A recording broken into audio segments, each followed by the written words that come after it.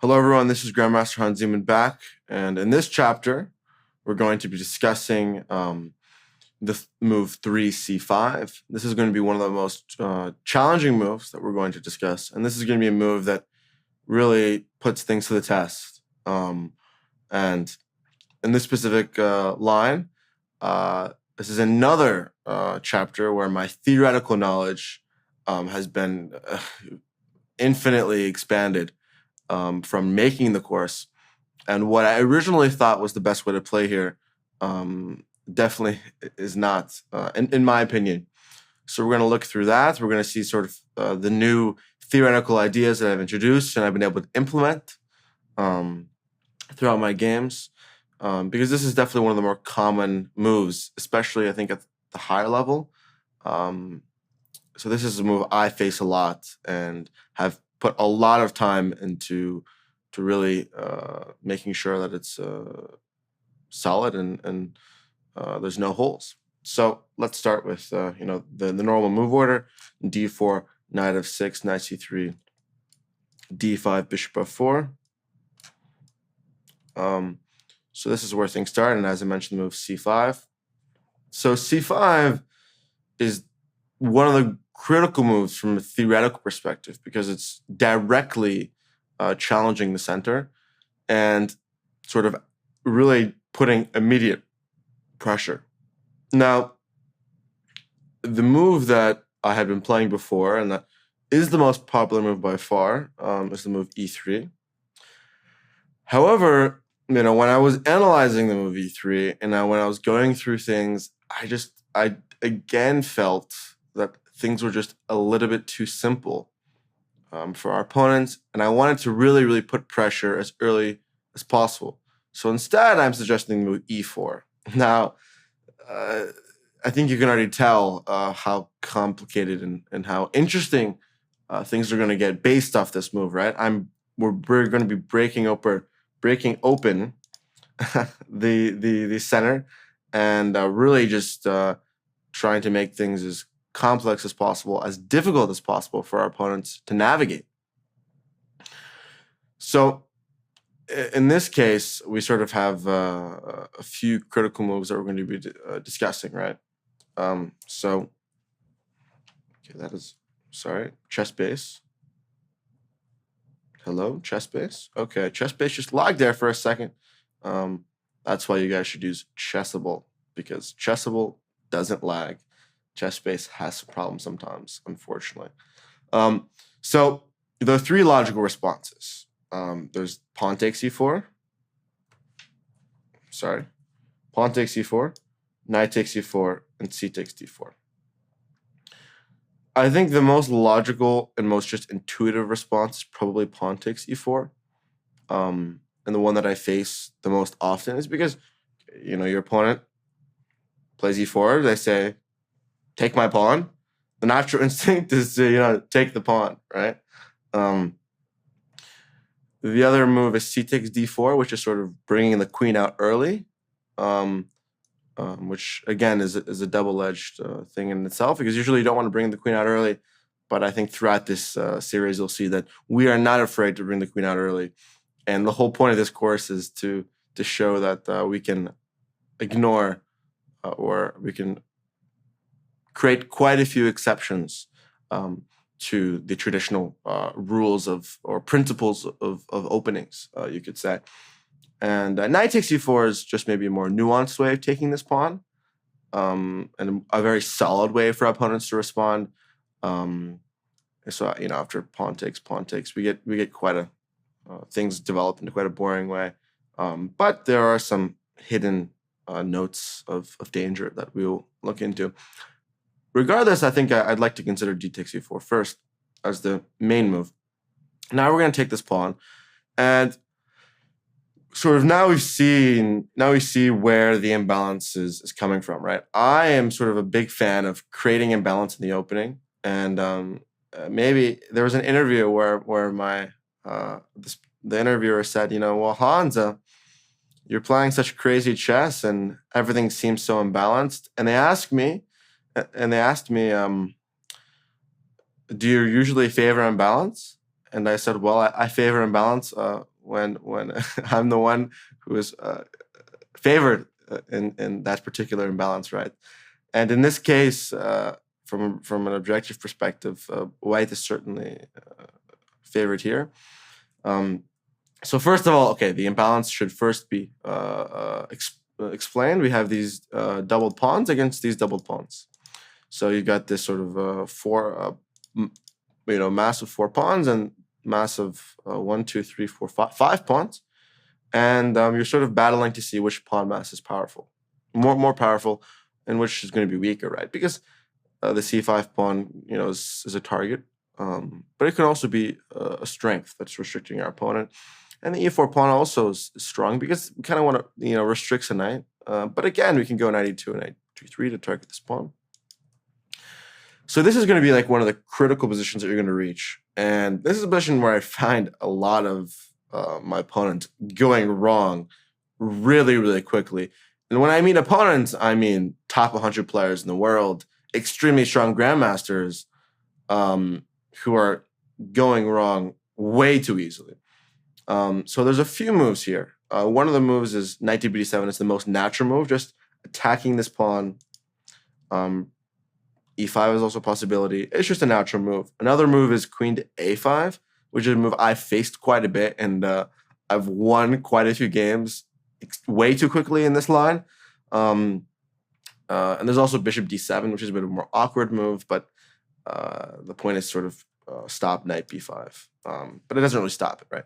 So first I'd like to discuss knight to d7, because in this position, I'm really, the lines here are just absolutely like mind-blowing variations. The things that we can force our opponents to find, I think this is, again, the definition of practical pressure. So here we're going to play b4. There is a sort of a side variation considering bishop to b5. But as I mentioned, this isn't like a bad move, but after e5, we sort of give our opponents a chance to develop. So it's really crucial to play b4 to, again, solidify the structure and really ask our opponents the question, how are you going to challenge this structure, right? So they can directly challenge it with a3, and they can also play e5 immediately. Actually, the inclusion of a5, e3, I'll note, after e5, now we can play the move bishop to e3, and the inclusion of the a5 and a3 moves gives us this b5 square, and in previous sort of positions, that would be kicked out by the a6 pawn, and this b5 square is just absolutely dominant for the knight.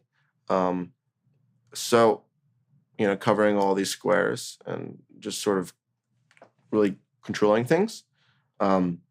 So your opponent might even play a5 just based on instinct, because it's a very instinctual move to sort of break down the structure. But giving up this this b5 square is absolutely crucial. So anyways, e5 immediately. We're going to play bishop to g5. I guess the temporary threat is to play knight takes e4. Bishop to e7. We're going to play bishop to c4. And this is where, of course, the engine is saying, it's equal and be slight advantage. But the lines I was looking at here, it's really, really fascinating how difficult of a spot, right? So from a conceptual perspective, this position you should understand what our win condition is. And if you're a gamer and if you're sort of playing any type of game, right, a sport, you sort of understand that in every game, there's a win condition. And, in chess, I guess the simplified version of a win condition is checkmate. But in reality, there are things or specific advantages that we can sort of point to that are helping us lead to checkmate, right? It's not like checkmate is the central crux or the central theme of the entire game, right? It's more of a residual sort of impact of other types of advantages. Our clear win condition is this extremely strong pawn mass, right?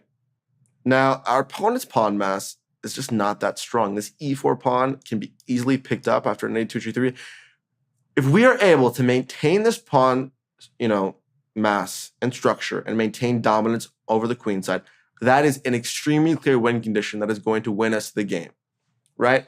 So we have a very clear winning condition. And if our opponent does not take absolutely immediate measures to challenge the structure, that win condition is going to remain and we're going to have a huge advantage. So let's see the ridiculous measures that black has to go through to do this. They must play the move b6. And now b6 might be a move that you would think that isn't that difficult to see. But then once you think after the move bishop d5, and then you're like, oh no, what's happening here? You're faced with quite a difficult decision. You can either take the knight, take the bishop, or you can play rook to b8. Let's say you play rook to b8. It's quite a natural move. c6. Now, you're going to be losing a piece here, right? If the knight moves back, then I can simply protect the b4 pawn. I've got a pawn on c6 that isn't challenged. I've got a great bishop. Worst case, I can, the e4 pawn is falling, right? I can always take the knight on f6 and take an e4. Everything's collapsing. So from a human perspective, you see this, you're like, oh no, what am I going to do? You actually have to take on b4. And after knight e2, we're actually not taking this piece immediately because there's no need. We're going to play knight e2. Now, the only move for our opponents to even think about equalizing is to ignore the knight on d7 and play the move bishop to a6. So you must sacrifice the knight. The idea is you want to take on e2 and further pressure the c3 knight. However, now we play the move queen to b1, attacking the bishop. Now they must take, and then they must play knight to c5. Now, again, you're probably like, what is going on? Why are you showing this variation? You might be a new chess player, and you're like, oh my God, how am I going to understand this? I'm not asking you to memorize this. I'm not asking you to but this sort of idea is one of the best, representations of practical pressure. So let's just count the only moves our opponent has made. Again, knight takes d5 is another move, but it's a mistake, which I'm going to get into later. Rook b8. Okay, first of all, b6. Rook b8. Bishop takes b4. Okay, we can count. I can't even count. 1, 2, 3, 4, 5, 6. Okay, and after queen b2, knight a4, 7. Like, from any practical human perspective, we're setting an absolutely unrealistic standard if we expect our opponents to play with such level of accuracy. So this is just a representation of how difficult things. Like, let's say I'll show an example of a mistake. Let's say you play h6. Looks like a pretty normal, innocent move, right? Actually, the position just collapses now. You play bishop h4, castles, and now we castle queenside. And now the king is absolutely safe on the queen side. This pawn is dominant. We've got a threat of capturing the queen. Queen e7, bishop takes f6, queen takes f6, rook h1.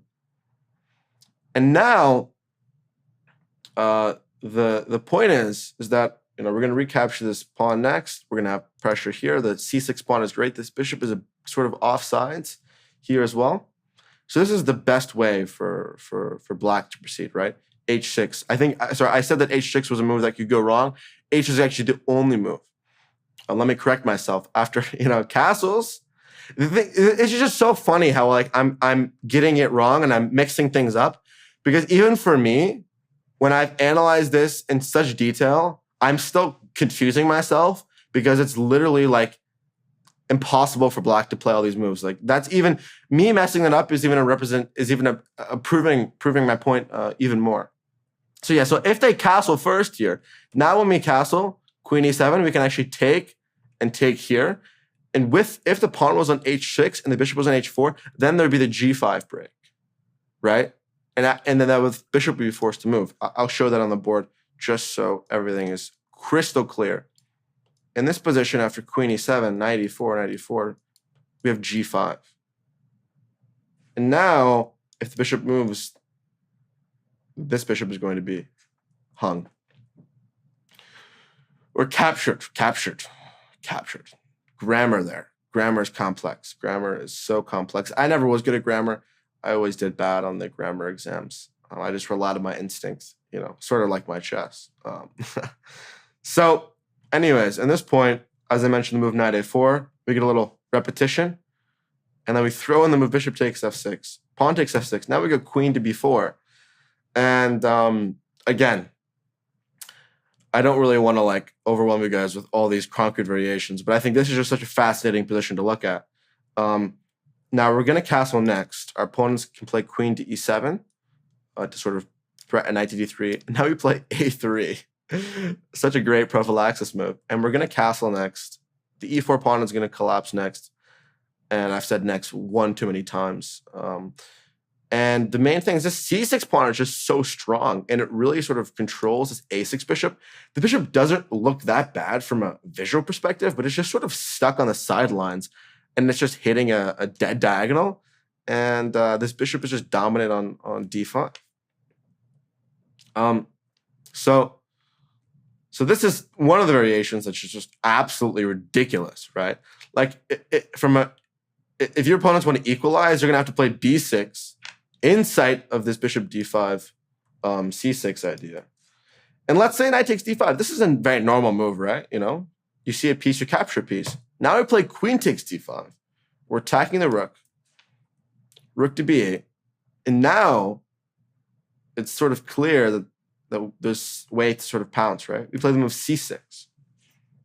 Now, obviously, now bishop takes b4 isn't a possibility because the queen is hanging, right? And if you move the knights, let's say to f6, then the e5 pawn is just going to fall.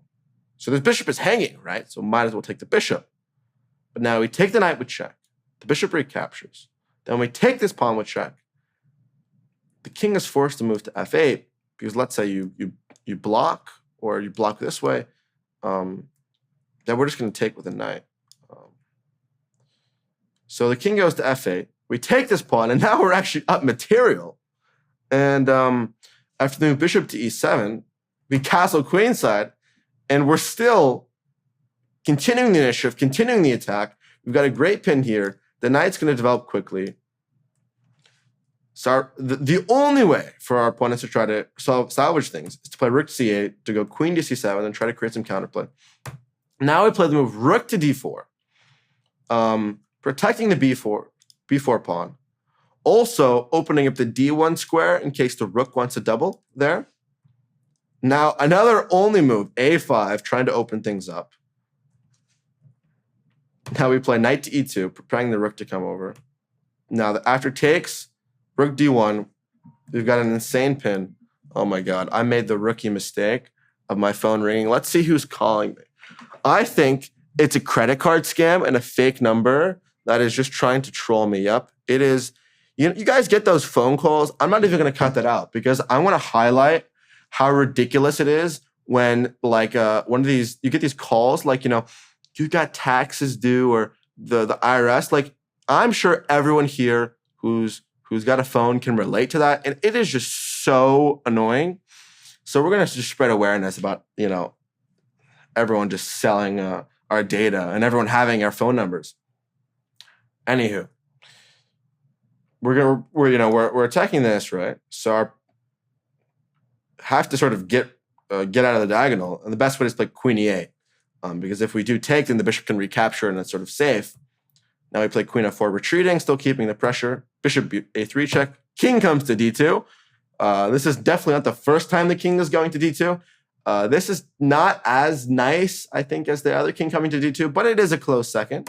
After bishop to e6, we go king to e1, and we're actually just running the king over here because this king being sort of stuck on f8, with all of our pieces being so active and coordinating, if we can bring our king to safety, our attack is simply going to be decisive. So h5 is the best move. And again, I added a lot of annotations throughout this. And again, I don't want to overwhelm you, but this is just sort of I want to show sort of the general ideas, right? And how something could proceed, right? Our opponents want to play h5, to bring the rook to h6 and sort of activate the rook through alternative methods. Now we go rook d3, attacking the a3 bishop. I almost forgot which square that was. Maybe we're going to go to g3 to target g7. Bishop retreats to e7. Now we go knight d6, forking the queen and rook. Bishop takes d6, queen takes d6, king g8, queen takes b6. And now our opponents can't take the pawn on c2 because rook d8 would win the queen. They're forced to go king h7. The king is finally landed out of dodge in slight safety, but the a5 pawn is hanging, and maybe, you know, we've won 2 pawns, but still it's not that easy. But I think it's clear that in this position, this is just a great illustration of just how difficult things were for black. Like, I can even, all these moves are just so ridiculously difficult, right? Like, you know, like, first of all, a5 isn't that clear, right? You might wonder, why not just queen c7? I think I would be so scared if I had 2 rooks lined up against the bishop and queen with a king on f8, right? Like, only the computer can just sort of sit here and be chill and be like, oh, you know, it's okay. Nothing bad is going to happen, right? So this is a really interesting variation just to show how difficult things can be after b6.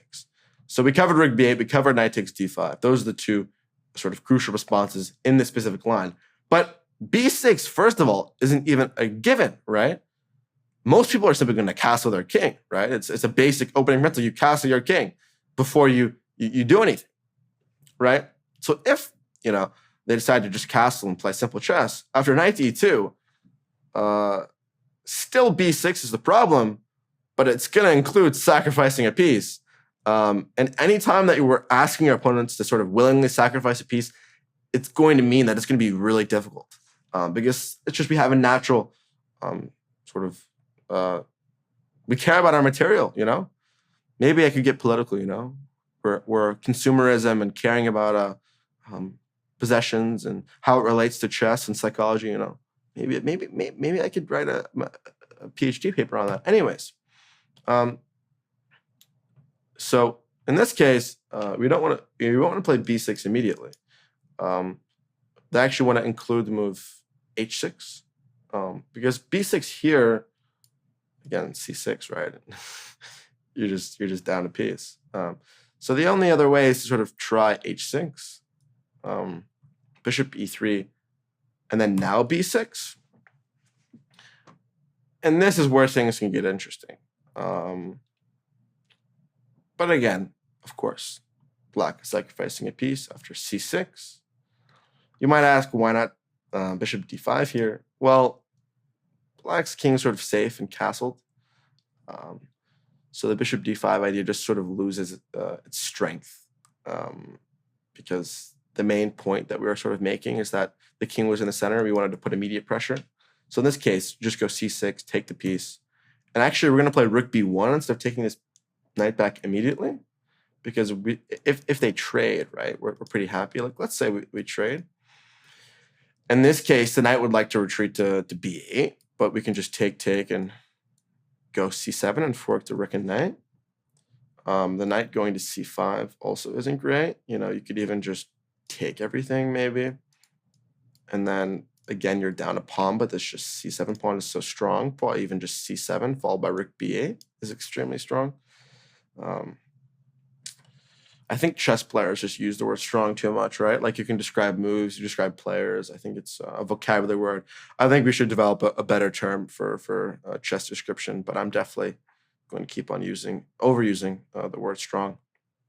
So after rook to b1, simply going bishop a5, retreating, keeping the pressure on c3. We finally take the knight, bishop takes, and then bishop d2, consolidating this and stopping any pins.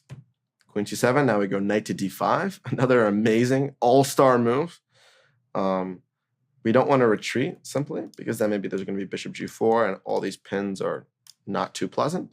Knight d5, forcing queen takes c4, right? Because if knight takes d5, bishop takes, queen takes, and now we're piece for 2 pawns, but the e4 pawn will probably fall as well. We're going to castle next. You know, all is good. So after queen c4, knight f6, pawn takes f6 with a bishop takes a5. And obviously, we're not losing the piece because d7 is hanging. So after rook d8, bishop comes back to b2, rook a c8, rook to b3. And this is sort of was an interesting variation the computer suggested. Again, I include a lot of these long variations in this course just because I think they're just great illustrations of how difficult things really are for black. So here, the computer gives a slight advantage for white here, but the main point is we're ready to castle next. The rook can swing over to put some sort of pressure on the king. The structure can be quite weak. Obviously, the f6 pawn is sort of hanging. Then I can come to g3. The queen can come out as well. So I like white's position here, and I think this is just we forced black to make a lot of difficult decisions here. And I think that's what's important about any opening, more so than it having a 0.3 edge instead of a 0.1 edge. It's just forcing difficult decisions. So if our opponents don't go for b6 and let's say aim for a5, we go a3, and now actually the game's basically over because once this b6 idea becomes neutralized, our structure is just so strong that we're going to pick up this e4. Let's say possible idea that I showed here. Was knight to g4. We simply play rook to b1, reinforcing it even more. So after b6, c6, we're protecting the b4 pawn.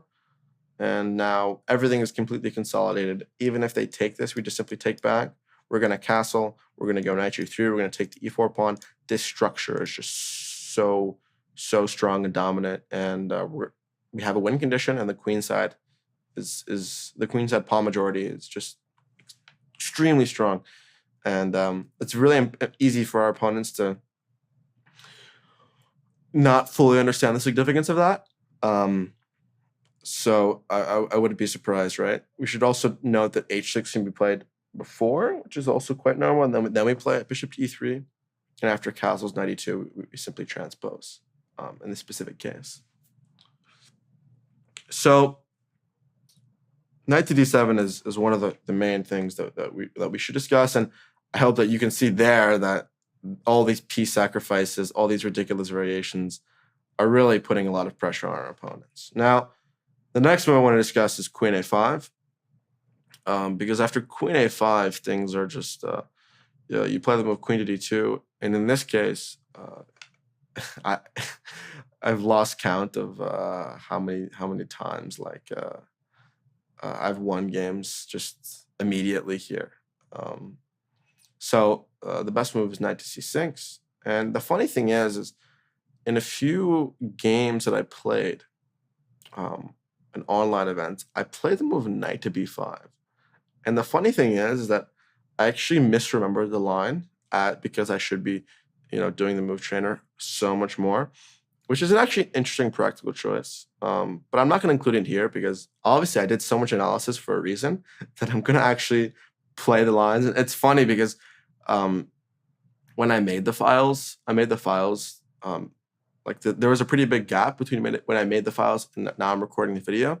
Some of it still a little bit hazy, but that's going to be fixed as soon as I grind and beat all you guys and have the most points on my own course. So we're going to castle, which is very natural, right?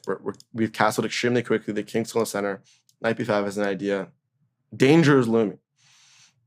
Now, the only move here is to play a6. Because the threat of knight b5 is just way too strong.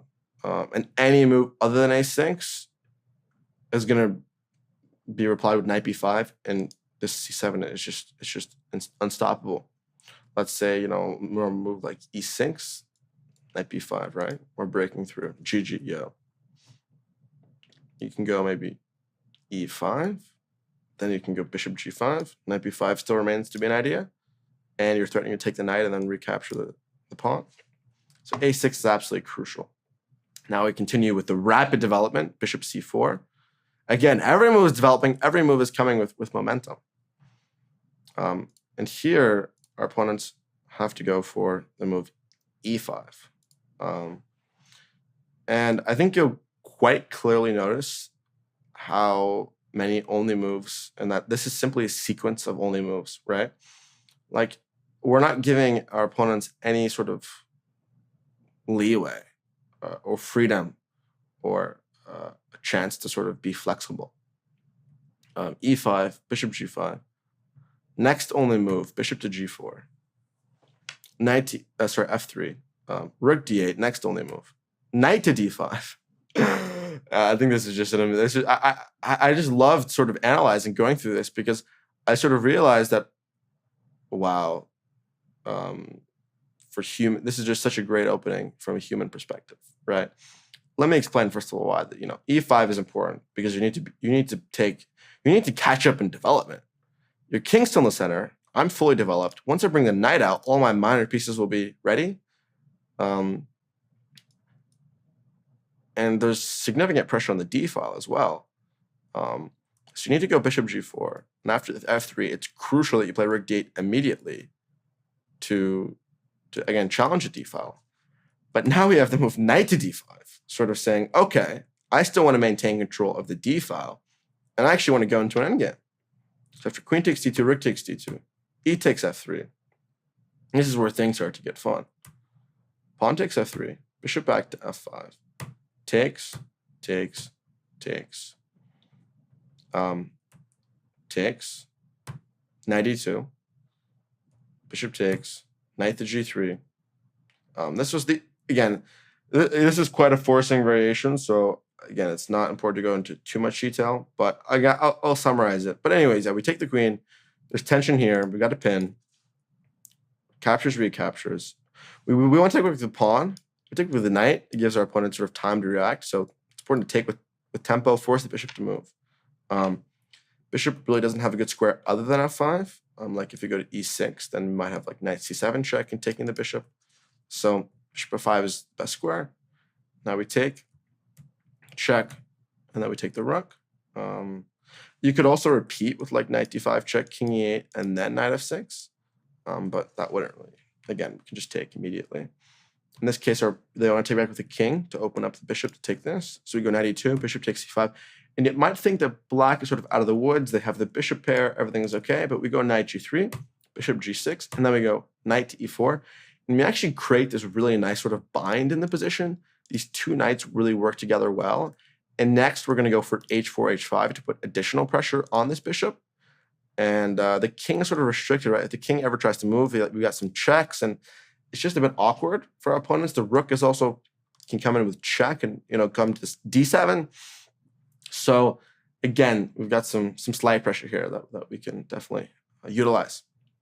So this is one of the forcing variations, but the main point is that we're going for rapid development, and we want to try to go for these knight d5 types of ideas. We want to go knight e2, knight g3, pick up this e4 pawn. That's sort of the crux of this position. So going back to this queen a5, yeah, I believe we covered everything here. Yeah. So the next move is bishop to d7, which is, again, sort of semi-popular move, so I decided to include it. And it's one of the top engine choices as well, so I thought it should be considered. Now we go knight to b5, immediately trying to play knight to c7. And this knight is always just great on b5. The move knight to b5 is just played quite a bit, especially we can get this dynamic between the b5 and knight on a6. I think it's quite clear throughout this course that the knight on b5 is just extremely dominant. One interesting line is queen to a5 check, which you might wonder, wait, like I'm just going to take the knight next. We actually have b4 here, and after take c3, and now everything is continuing with momentum. The queen has to move, and then next we're just going to play knight c7 and take the rook. And it's actually not completely lost. After king d8, knight takes a8. The computer only gives a 1.4 advantage, which, considering being down a rook for 2 pawns, isn't that significant, but the knight is sort of trapped. So I don't know, maybe this is something that Simon Williams will recommend as crushing the Jobava London, but he's suggesting some dubious stuff anyways, or some Simon Williams type of stuff, So maybe this is, I'm definitely going to throw some shade at Simon. Start some Twitter beef because we got to promote this course somehow. Maybe you should do a chess boxing match, Simon. I want to prove to you that I'm the king of the Jobava London. Anywho, knight to a6. Now we bring the queen out to d4, protecting the c5 pawn, preparing to castle next. Bishop to c6, attacking the queen. And now we play the move queen to c4, which looks extremely weird, but we want to keep the queens on the board because it's crucial for this queen to protect the c5 pawn. And as I mentioned, in regards to the sort of win condition, if we can consolidate the c5 pawn and consolidate the queen side structure, we're going to win the game because of how powerful these pawns are. Again, our opponents really want to trade the queens. But if we're going to trade, you're going to trade on my terms, right? In this case, when we traded the queens, we've just got bishop c4, rook d1, 2 developing moves for free, right? Instead of taking on d8, where we would have had the rook on d8, helping our opponents develop, or forcing our opponents to sort of develop on our terms. And this e5 move is going to be the most fascinating position you're ever going to see. But I want you just to wait for that. So after rook d1, queen takes, bishop takes. Can't take back here because of knight c7 check. So the best way for our opponents to try to play knight d7 to target the c5 pawn. Then we play b4. Still saying if you're going to take, I'm going to take there. And now the only way for them to play is to play e5. Bishop comes back to e3. And then they actually have to play knight takes b4, sacrificing a full rook in this position. After knight c7, king d8, knight takes a, knight takes e2, king d2, knight e3. There's also knight d4, but I'll look at knight e3 first, taking the bishop, f e3, bishop takes c5, king e2, king c8. And they're actually going to sort of pick up this knight, but still we're going to be up in exchange. And while they take the time picking up this knight, we're gonna take some pawns. So after knight h3, I decided to end it here. But again, as I've written through the annotations many times, I could probably write an entire book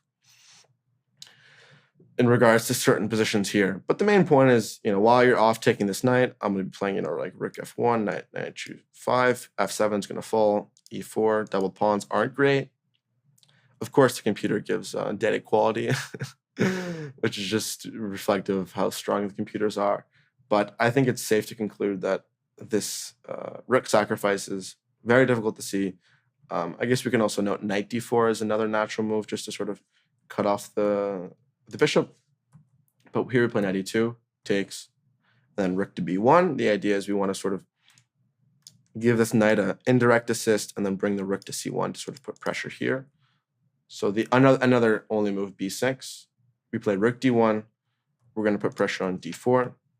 And now if they actually take the knight, we take, and play bishop takes d4. And we have a great tactic because after bishop takes, we play king e2. And if the bishop moves, we're going to play bishop to b5 to play rook takes d7.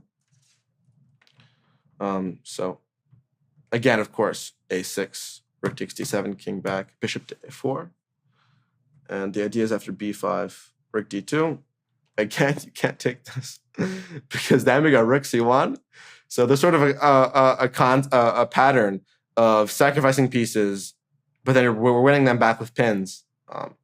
So again, there's this long variation, king c7, rook c1, king b6, bishop b3. And I decided to end it here. I probably could have ended it a lot earlier, but I think this is another great illustration of. I just want every time I show you guys one of these long variations, I'm going to think like, oh my, like what the heck is this? Like, I really don't think this is ever going to happen, and I don't want you to think, oh, that's never going to happen. Why are we looking at this? But this is never going to happen because my opponent, after we're forcing our opponents to make so many difficult moves.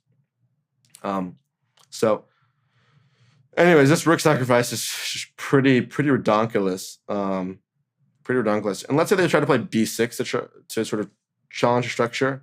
Of course, we have a ridiculous tactic here. Knight takes a7. And after rook takes b5. And now we're forking this. And actually, the best move is bishop to d5. I think my reaction to that, it just says it all, right? You're just giving away the bishop because you want it to be captured on d5, and then the best part is that we ignore it. And after knight takes, bishop takes, rook takes, knight to b4, rook c5. We got these sort of 3 connected past pawns. Okay, one of them is going to fall, but they're extremely strong. And even if we lose the A2 pawn, right, this B pawn is going to be extremely strong. The king is still in the center. Black's a little bit behind on development. So I think this position sort of says it all.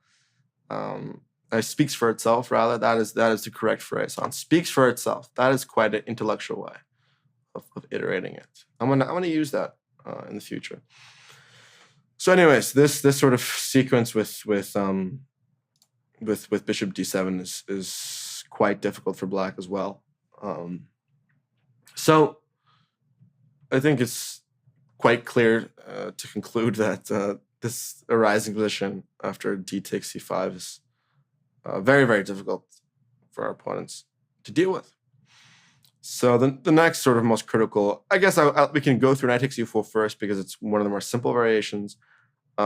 This is quite a solid way for opponents to play, and we aren't really going to get the sort of crazy positions that we have in the previous lines.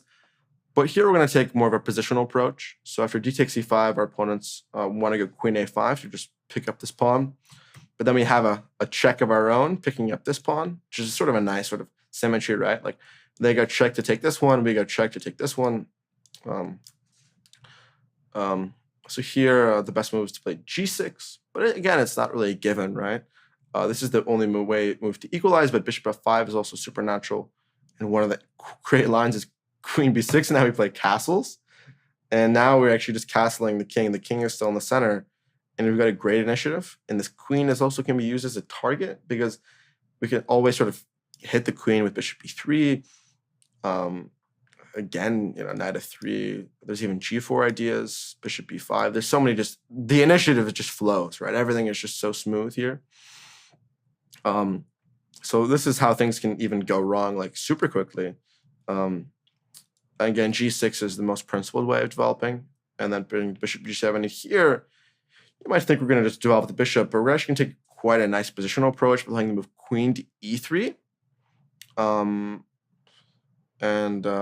Again, our opponents sort of want to capture this because the queen sort of moves away, then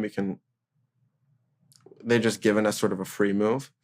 The bishop h6 is an idea that remains, but the queen is also just pretty strong on e3. And the black queen is good on c5, right? So the trade is pretty normal, right? Why not trade? And after a few normal developing moves, the sort of deep point that I had here is I want to play the move a4.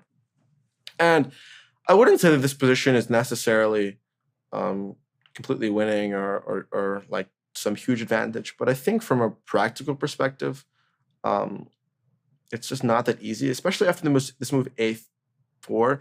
We're sort of preparing a5, and we ask our opponents a difficult question here. And I think we also have a win condition, which is this sort of majority on this 3-on-2. And I always feel like it's easier to play with this majority. It's easier to just create a passed pawn. Where the king can sort of slowly be brought over. And I feel like you can play really slow chess here. Like, for example, b6 is one way to respond. Then we go rook fd1. We're going to play king f1, king e1, knight d2. Just very slow chess and sort of provoke our opponent in small ways. I've reached this position a few times, and I've felt like it was just sort of slow and, very easy to play. And I never really felt like I was under any pressure. You can also play knight a5. We'll play rook fd1, b6. We're going to trade the rooks and go knight d2. And again, the same idea, right? To just play like, king f2, king e1, just very slow chess. Try to sort of target the structure, play with the 3-on-2 advantage. Again, I continue it, one more move with rook c1, rook c8, king f8. The king is just a bit more active than black's king. And I just think that with the sort of, as I mentioned, win condition of these pawns, that I give white a slight advantage here to play with absolutely no risk. So this is one of the more dull lines, you could say. But again, I think sort of if you're going to just play crazy chess, you might not develop some more positional skills, developing patience and other skills that are crucial to just general chess improvement. So not having complete craziness every game is definitely not a bad thing. I'm also noticing that like I'm doing too much with my eyebrows and they're kind of like sore. I don't know why, but I think I'm just so interested in chess that I just love talking about chess that my eyebrows are just, I'm moving them irregularly. I don't know. Do other chess authors' eyebrows feel sore sometimes? Maybe they do, maybe they're not. Maybe they don't. Anyways, yeah, there's also the move queen to b6 immediately targeting the b2 pawn, and here we still continue with castles. And after g6, knight g3, bishop g7, we actually go for this queen e3 idea, still wanting to trade the queens. And the sort of point is after queen takes e3, bishop takes e3, we've sort of gained a tempo. Like, let's look to this position. After g6, knight f3, queen e3 takes, castles. Let's say we were to castle now, it would be our opponent's move. However, after queen to b6, we get castles like a free move because our opponents play queen takes e3 anyways, right? So they spend an extra move on queen to b6, and that extra move is crucial because we're going to bring the bishop to c4, which will stop our opponents from playing bishop to e6. So that crucial tempo sort of gives us control, and with bishop on c4, we can aim to play like h4, h5, sort of go for some kingside pressure. So this is sort of the way that we can improve slightly on this endgame and get a more dynamic with opposite sides castling. So in this case, these are sort of the main moves. It's not as flashy, I would say. So now on to the sort of one of the most interesting lines. Oh, I actually forgot something. I forgot something. I'm so sorry. I said that I wanted you guys to wait for it. And I said that this is going to be the coolest variation you've ever seen. And in true fashion, I have made you wait for it. So let's go back to this line. And let's look at the move e5. It would be such a pity. It would be such a pity if I didn't look at this, right? The point is e5, we're going for rapid development. You want to take the pawn, you want to castle. You play rook to d1, knight to d5, bishop takes c5. Bishop takes c5, bishop takes g7. Oh my god, this is just this needs to be I just want this line to be known, even if you don't even get the chorus. I just want you to see what I found. Bishop takes g7, if the rook moves, we simply capture an e4. We're up 2 pawns. The only move is e3. And then we go queen e4 check. I can't even keep my composure here. I wish I could deliver this so calmly and smoothly and not overplay the ridiculousness of this move. And there's only one move here for black. And I'll let you take time to think while I take a sip of my water. But me saying it's ridiculous is a giveaway already.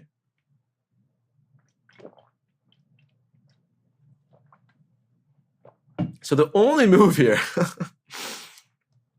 is knight to e7. And maybe like, wait. Isn't this queen hanging? Rook takes d8. Rook takes d8. And now the rook is hanging. And you're down a queen. But the bishop is attacking this. Next, you're going to take on f2. And then I'm going to take on g1. The knight on b5 is hanging. The king is still in the center. We're in some danger, right? Queen c4, ef2, king f2. F takes, queen. Okay, we can just do knight. I think I might change it tonight because it's an equally good move. We're gonna take on g1 anyways. Rook to g8, bishop to d4, rook to g4, keeping the pressure, holding the balance somehow. c3, and this is where I decided to end things just to stop myself from having a chess like just being so like overwhelmed. And of course, the engine evaluation here is 0, 0, 0. But I think this is just such a fascinating variation.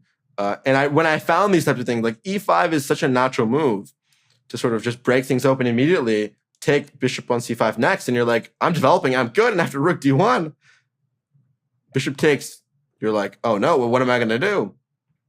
e3, queen e4, knight e7. I really hope that someone like a top player who I'm playing one of these events buys the course, sees this, and is like, okay, I'm gonna play this. Like, I want to get this in a game because it's just I think 97 is just could be the move of the course, right? And I think the move of the course being our opponent's move might be contradictory, but I think the fact that we're forcing our opponents to play moves like 97 It's just a representation of practical pressure. I should just name this course practical pressure. I think practical pressure is going to become the next best thing, you know? It's going to be the greatest phrase in all of chess. Okay, moving on to more serious pastures. But this is going to get even crazier, right? So c takes d4, queen takes d4, knight c6, bishop b5. We're putting a lot of pressure here. A lot of pins, a lot of action. We got to play bishop d7. Takes. Now we play e5. And now this is where things get quite interesting. Our opponents are going to retreat their knight back to d7.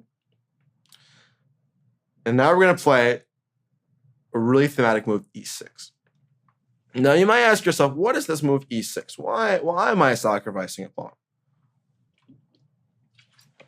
However, the point behind that is that we really want to sort of stunt our opponent's development. Because after f takes e5, or even rather, let's say we were to play a move like knight f3, we'd allow them to play e6. The bishop is coming out next, and they've got the bishop pair. And we don't have much to show for it. But after e6, pawn takes e6, knight f3, it's not clear how this bishop is going to develop because this pawn stunts, right? If you want to move this pawn, you're going to have to give it up because I'm, protecting e5 pretty handily. And the only way to salvage things after queen b6, queen d2, and here, oh my God, I spent so much time analyzing this position because this, from a theoretical perspective, it's I think one of the most fascinating positions I've ever analyzed. And me showing that there are d4, g6. Can I even list all the moves? e5, queen takes b2, and d4, right? So I listed all of them with a little bit of help. And let me make one thing clear. It's not like this position, I think, is extremely realistic to reach, in a position I've reached myself. And this is probably a position that a lot of top grandmasters have in their analysis and conclude that everything is fine. But my analysis in this position, the whole point of it is to show that the Jobava London is not just an opening that you can play at a club level, but it's an opening that you can play at absolutely any level, even my level. I employ this opening against the strongest players in the world. All the model games that I'm using in this course are all my games. There might be some very slight exceptions for ideas that are so new that I haven't even wanted to play them yet because I wanted to save it for the course. So this is sort of the critical position, and the move that's sort of regarded as the best is d4. And it is the best move in for all purposes. The point is that things are sort of going to be liquidating here. And black can take quite a concrete approach. Because after queen takes d4, there's two options. Bishop takes f3, queen takes d4. But let's say bishop f3. Then you can take back either way. Let's say knight takes g6. And we can develop the bishop. We're going to shut that plan down. And then we're going to bring the knight to e4. Now, a lot of times when analyzing this variation, I had to face a lot of resistance from the computer because a lot of times the computer or the modern computers being so ridiculously strong, they're basically giving the evaluation of equal literally everywhere. And I really am happy with how I've been able to work with the computer to find holes in equality. So here, the computer might give a slight advantage. And again, I don't need to talk about the computer that much, right? It's not that important. But in this case, I think it's important to know. But the thing is that, again, from a practical perspective, and I love the word practical too much. It's not an e4, this outpost combined with the doubled pawns and the three pawns. From structure perspective, this is just good for white. And I don't think anyone's gonna, we do have these double pawns, but they're not even the worst double pawns that we could have, right? Like there are worse double pawns that we could have. So from a structure perspective, this is great, right? Let's say they play a takes b6, again, doubling these pawns, g6. The structure is just terrible. Knight to e4, c3, again, consolidating doubled pawns. This is just, now a castle. And again, we got pressure here. Structure is terrible. If we can get our opponents to have doubled pawns, two doubled sets of double pawns that are both isolated, I think we can be pretty happy about what we achieved in the opening. So the main line is queen takes d4, knight takes d4, and then bishop takes g2. The idea being that after rook g1, we play e5, forcing quite a few trades, forking these two pieces. Bishop takes e5, knight e5, rook g2. But even in the variations that people might evaluate now as harmless or, not that dangerous, I have gone really deep and tried to understand the position on a fundamental level to see where we can find holes. So rook g5, the point is we don't really want to move this knight. We want to isolate the knight against the bishop, right? Because we have this outpost, and when there's imbalance, it's sort of, again, our win condition, right? So after, we can trade this knight in various ways. Most nachos, rook d4. I will note briefly, knight to d3 is possible, c d3, then rook takes d4. However, in this case, we're going to play knight to b5, rook takes d3, takes, bring the knight back to b5. And let's say our opponent's trying to develop by playing g6. We go rook to e5. And again, we have some pressure, right? It's some slight pressure, but again, the development just isn't there. And the king is a little bit of a target. We have the two pawns which are strong. This knight is strong as well. There's a lot of chess to be played here, right? We're not really trying to, just crush our opponents with some deep, line theory. It's more about just getting a position we're comfortable with, and putting practical pressure and playing chess, right? Again, as overly simple as that sounds, sometimes you just have to play chess. So it's also possible to take immediately, like I mentioned. And then after g6, we play knight e4. And again, we're going to get this knight against bishop. And I always think that this dynamic is just great for white, because the outposts, I think knights are just great in endgames when you have positional control, especially in the case of the bishop sort of not being able to develop. So our opponents have to sort of solve this issue of development. And again, the 3-on-2 is also just a great sort of imbalance. So again, I wouldn't say that this is like some huge advantage, but I'd say that this is just a fighting position where you're able to put practical pressure. And if you get annoyed at me saying practical pressure, maybe we can ask the editors to edit in a bleep. But then you might think I'm swearing, which I never swear.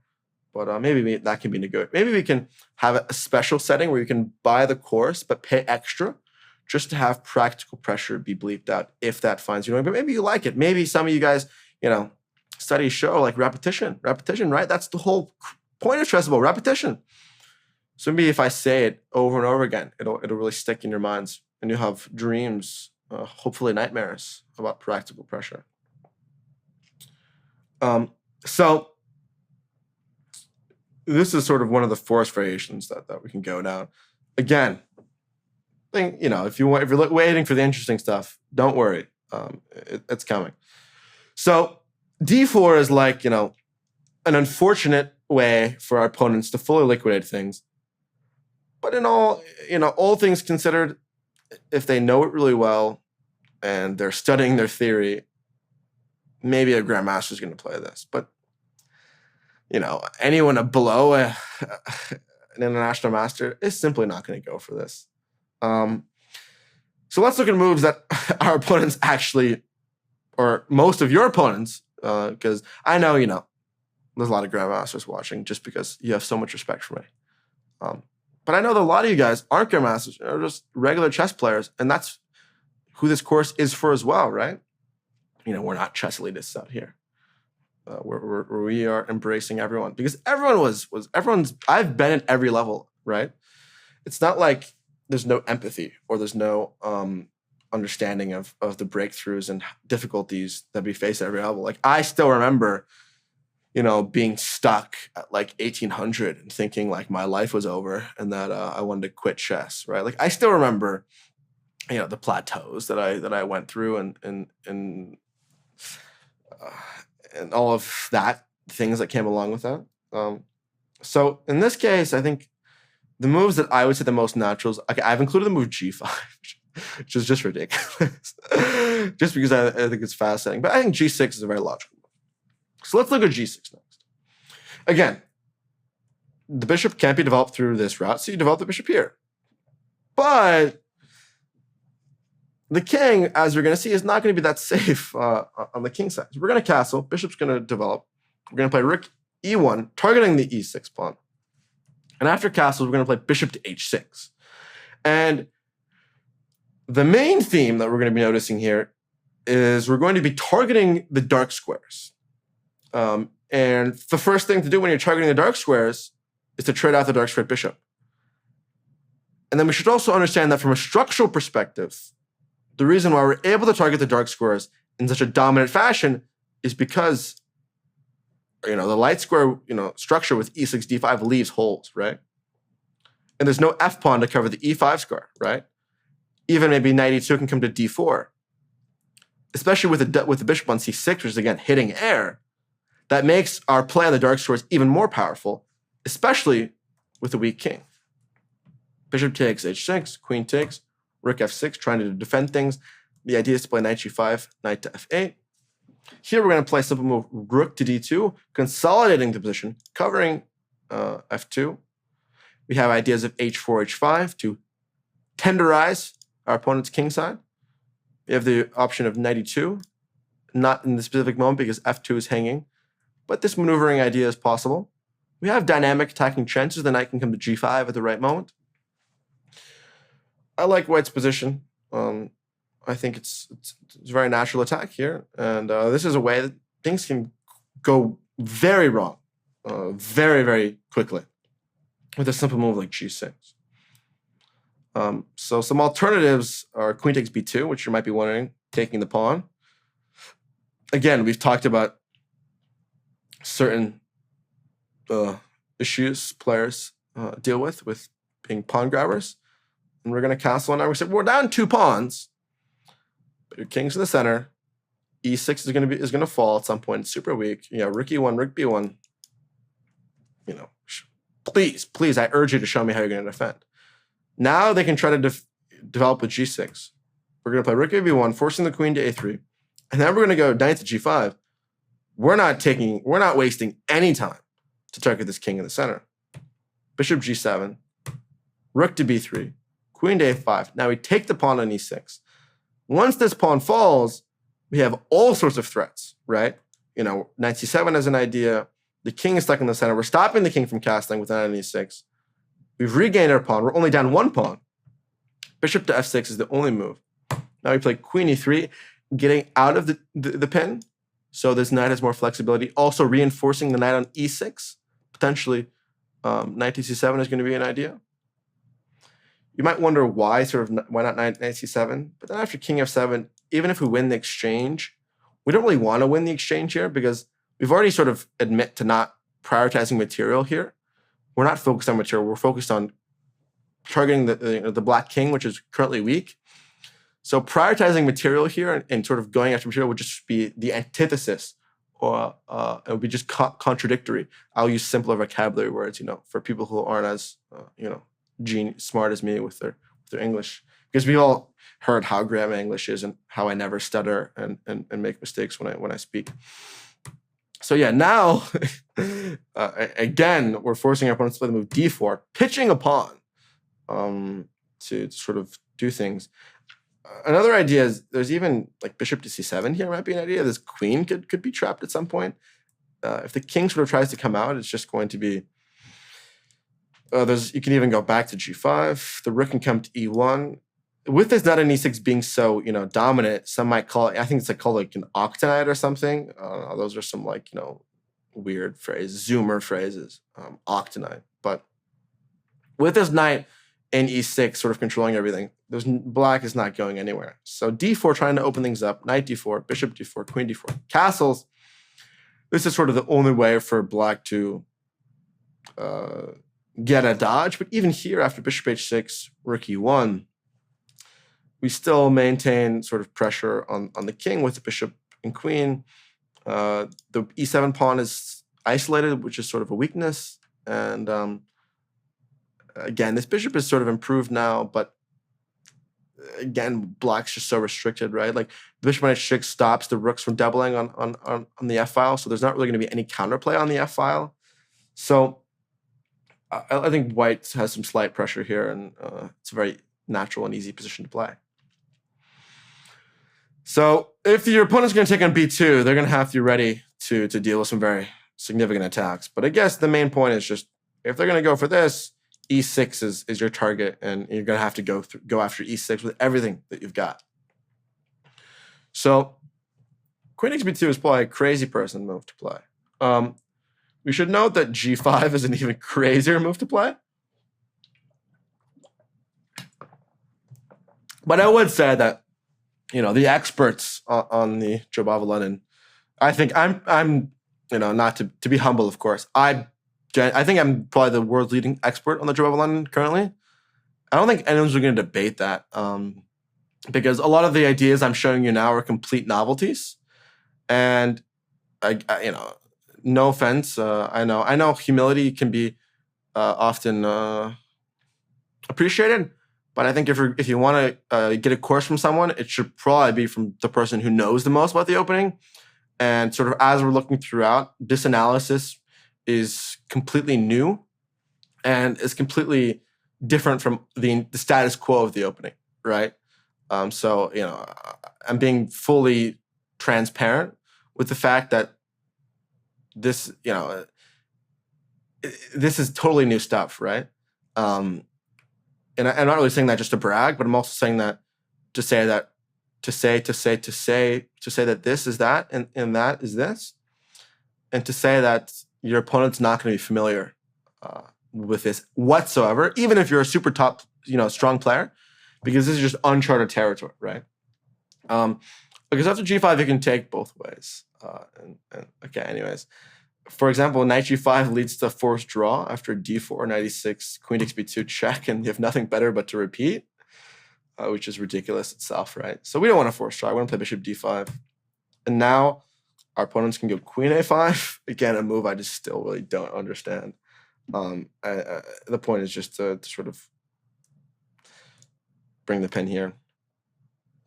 I guess me struggling to explain this is just representative of how ridiculous this position is. Now we play rook b1 to prepare b4 and b5, chopping the bishop. Now the queen comes to b4. Of course, right? It makes so much sense. Like, why not play queen to b4 immediately? Oh, yeah, we should play queen to a5 to provoke rook to b1. Oh, and then we play queen to b4 because the rook is on b1. So our opponents cannot castle queenside. Huh? Genius, genius. Makes sense. Totally natural. Now after castles, e5. Our opponents are going for quite some direct plans. We play knight takes d5. And okay, just everyone put on your seatbelt and get ready for a crazy, crazy line. Queen takes d2, knight c7 check, intermezzo. King d8, we have knight to e6. And then we recapture the queen and rep a pawn. King f7, bishop d2. Rook g8. Oh, wait, sorry. Was that a rook hanging there? No. It's not hanging. That is just a sacrificial lamb. Knight takes 8, bishop takes f3, g3, e6. Sorry, let's count the material here. 1, 2, 3, 4, 5, 6 against 4 pawns. So I'm up 2 pawns and I have a knight for a rook. So 2 plus, oh, I'm plus 4. But again, equal. Rook to d1. But that is trapped, right? You know, you got to sacrifice it back. Bishop takes d1, bishop c5. Now b4. And again, I could write another book on this whole variation of line. But again, another just ridiculous variation, right? Maybe I'm just a nerd here, a chess nerd. But I think we're all chess nerds. I think if we're watching this, you know, we should be proud to be chess nerds who just love analyzing these things. This is just really interesting to me. And I was so happy to find these really cool variations. Like, you know, the computer is just a crazy, crazy tool that we are able to use now to find such beautiful lines. But, you know, like this whole G5 sequence is just ridiculous, right? Like, you know, and if you don't go for the sequence, mind you, the entire sequence is just terrible, right? Like +1, +2 advantage is just, you know, It makes no sense unless you go for, again, these specific moves. So e5, I think, is one of the more sane moves, and this variation, the variations that I'm going to show here are again. I feel like when someone tells a funny joke or they're going to tell a story, they preface the story like, yeah, I'm going to tell you a story. It's like super funny, and then I feel like that makes it less funny. So if I'm saying this is going to be super interesting, I might have the opposite effect on you guys. But this has been such a long chapter. I'm literally, I gotta drink water. But this is just one of the most fascinating, interesting, lines here. So bishop takes e5, knight takes e5, knight takes d4. Again, taking like extremely precise measures. Like you should know. Like let's say they go e6, or even takes an e6, then you're gonna castle, and you've got a strong positional bind, right? Like this structure is just so weak. Rook e1's coming next. The king is still in the center, right? Like you have to realize how hard it is for this king to actually get castled, because this bishop is just stopping the bishop from ever moving, because the g7 pawn is attacked. So you got to go like d4. You got to be super concrete, right? But of course, our knight's attacked. What do? Castles queenside. The knight's attacked. We castle queenside. Oh, please take the knight. Oh. I don't need it. Your king's in the center. I've got a knight dominating. I've got the two rooks. You're going to get checkmated. Queen c7 and rook d8 are the only moves. Let's look at rook d8. Pretty natural. Queen to c4. Now you must play rook to d6. And after rook takes d6, e takes 6, we play knight to f7. The point is, if the rook moves, we're going to play knight takes d6. Discovery, and then take the rook. I'll show the variation just to make it easy, right? Let's say takes. If you move the bishop back, we go rook to e1, right? This king is going to be forced to move, and we win the bishop. So they try to play d5, cutting off the queen from the knight. But we go queen f4, keeping the queen tethered to the knight. And then, here, of course, the only way to do this is to, if you move the rook's coming in. Everything's just crashing, right? You got to play queen to b4. You have to trade the queens at all costs and trap this knight. However, we ignore that, and then we go to an even better square, protecting the knight. There's bishop e7, sacrificing the rook. And here, after bishop g5, king b1, bishop f6. Of course, it's a forced draw. And that's just the entire course, right? Just a forced draw. After queen c7, you've got to sacrifice the rook. You've got to play bishop f6 to force the king to b1, then to play bishop f6. And of course, you make a draw. It's just as simple as that, guys. Chess is simple. Let's say you're a normal person, you play queen e7, hoping to trade the queens, and then, recoup the knight on h8. Now we go knight to d6. Queen takes d6, rook e1. We're going to be winning the queen because the bishop can't go to e7 because of the pin. We're going to win the queen back. Queen e7, queen c8 check first. If we were to take immediately, then they can block on d8, and then the rook can develop easily. But we go queen c8. So after king f7, we take with the rook. And after king takes, block developing is a total nightmare. And we can simply just extend on the king side while they try to sort of untangle. You can even try to go b4, maybe b5. Black's position is a little bit loose here. So this is, of course, a normal variation, right? Nothing special. Nothing special. So, of course, rook d8, rook d6, supernatural. Maybe you play queen c7, trying to tether the queen to the knight, preventing queen c4. Now we reinforce the knight. e6, queen h3, swinging across, putting pressure here. Potentially queen h5 coming in. Bishop to e7, just acting like nothing's going on. Now we bring the last piece into the attack. Everything's working together. And now the only move is rook to c8. Of course. Now we go rook e3. Again, patiently waiting. The king is in the center. Now, only move g6. Okay, it's even funny because black is basically in zugzwang. right? Let's say you move the bishop somewhere, then the rook goes to c3 and shuts down any counterplay on the c file. If the bishop ever moves, this comes with check and everything collapses. If you castle, okay, well, let's show this. Castles here, boom, shakalaka. Goodbye, right? So you're just basically in Zugzwang, and g6 is actually the only move that doesn't just lose on the spot because you literally can't play any other move. We take, and okay, I decided to end it here just to not overwhelm you guys. Because again, I can understand for like a beginner player, this might be overwhelming, but again, I want to sort of illustrate the themes and the dynamic play that the Jobava London really encapsulates and embodies.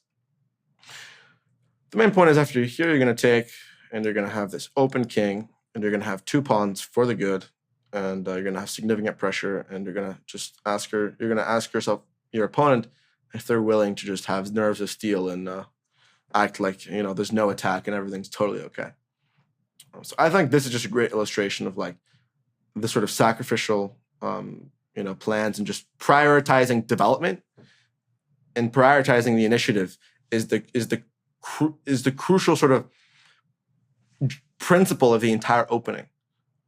Is that development is king, initiative is king, and simply, you know, it's not like we did anything special, right? We just, you know, in this line, we protected our knight, we brought our queen in, we brought our rook in. It's just normal developing natural moves, right?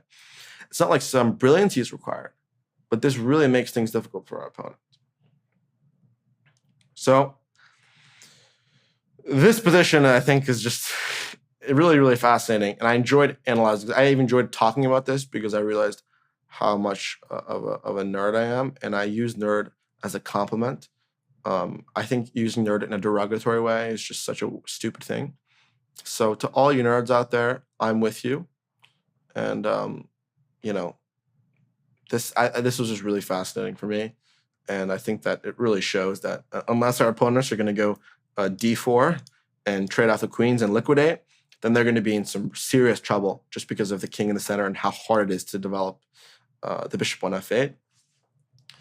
You know, in regards to other variations, to summarize, right? In this position, we sort of discussed that this is our win condition. The pawns are extremely strong, and if we can consolidate and sort of keep these pawns solid, then that's just a very clear win condition.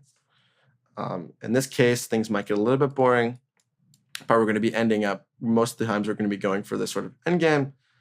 I guess I should note as well, this rook takes d1, we're going to get to that after. I just want to summarize some themes, and then I'll show some final variations as well. But basically sort of in this, this is the one position where we don't really keep this pawn. In this case, you know, we're going to be going for this endgame. You know, I think this is a good position to sort of, we're going to be going for this endgame, the 3-on-2. I think there's just a sort of, the main theme is just this queenside majority, whether it's the 4-on-2 or 3-on-2, and just sort of using that as a win condition is a great way to sort of think about things. Another variation that should be noted is, like, you know, we can play queen takes d1, rook takes d1, and here there are quite a few complications. Again, this has already been such a long chapter. I don't want to, like, you know, go over too much, but I'll just cover the main lines here. So after e6, we played b4. Again, it's quite clear that our win condition is just consolidating a5, a3, trying to, you know, keep things solid. Takes, knight c6. Again, bishop b5. It's so crucial that we just really keep this solid. And after f6, this is sort of my novelty here. The move bishop to c7, a really nice move. The point is so the rook d8 is sort of looming as well, but the idea is going to be revealed. It's quite a nice one. After king f7, c3, e5, the entire point of putting the bishop on c7 is actually we're going to play the move f4, and we want to have the bishop that can actually recapture, because we want to force our opponents to take with the pawn, to bring the knight out, and then castle immediately, and then have like immediate pressure on this king, which is still a little bit in harm's way. Because once we force and then we take, we get this sort of nice blockade of this pawn, and this bishop is just great. And we have good control here, and we're going to continue developing. And there are a few more moves here, but anyways, our opponents sort of have to be extremely precise here. Like bishop e7, rook d8 are all only moves, just because of the fact that our structure is just rock solid. They're not going to break through that. That if we can sort of target the e4 pawn and slowly improve things, then our opponent's going to be in serious danger. Anyways, there's a few ways things can develop here, right? Like they can play bishop b7. We're going to go bishop e3. Just a prophylaxis, again, preparing b4. And I think in all these positions, now we're going to go bishop to c4. Again, fully, finishing development. f5, g3, keeping this pawn mass at bay by preventing, f4, knight c6, knight e2, bishop e7. Again, it's not that concrete, but the main idea is so you're going to go h4 to stop g5 and stop the advancement. And then once you sort of stop the advancement of this pawn chain, you're going to be able to reinforce with a3, b4. And once this chain is connected, as I mentioned too many times, our win condition of sort of keeping the structure strong is going to be very, very important. So yeah, I think that this has been such a ridiculously long chapter that I think I'm going to end it here. I think we've covered the main themes, and maybe there's a few specific lines that I missed, but this is just such a huge chapter that I don't want to overwhelm you with all these things that you need to memorize, because you don't need to memorize them. It's really important that you're remembering the main themes of, again, reinforcing the structure, because the entire imbalance that we're going for is to sort of get this, trade the E and C pawns, and then have that imbalance really be what we're focusing on, and sort of asking our opponents the question, how are you going to break down my structure? And if you fail to break down that structure, which is certainly not an easy job, then you're going to be in big trouble. So I think that really encapsulates the whole point of this E4 idea. It's a new idea, definitely going to be a great surprise, an idea I've played a lot myself. So thank you guys for watching this chapter on the third move, C5. This was, I think, the longest chapter and really enjoyable for me to film. And thank you guys for watching, and I'm looking forward to the next one.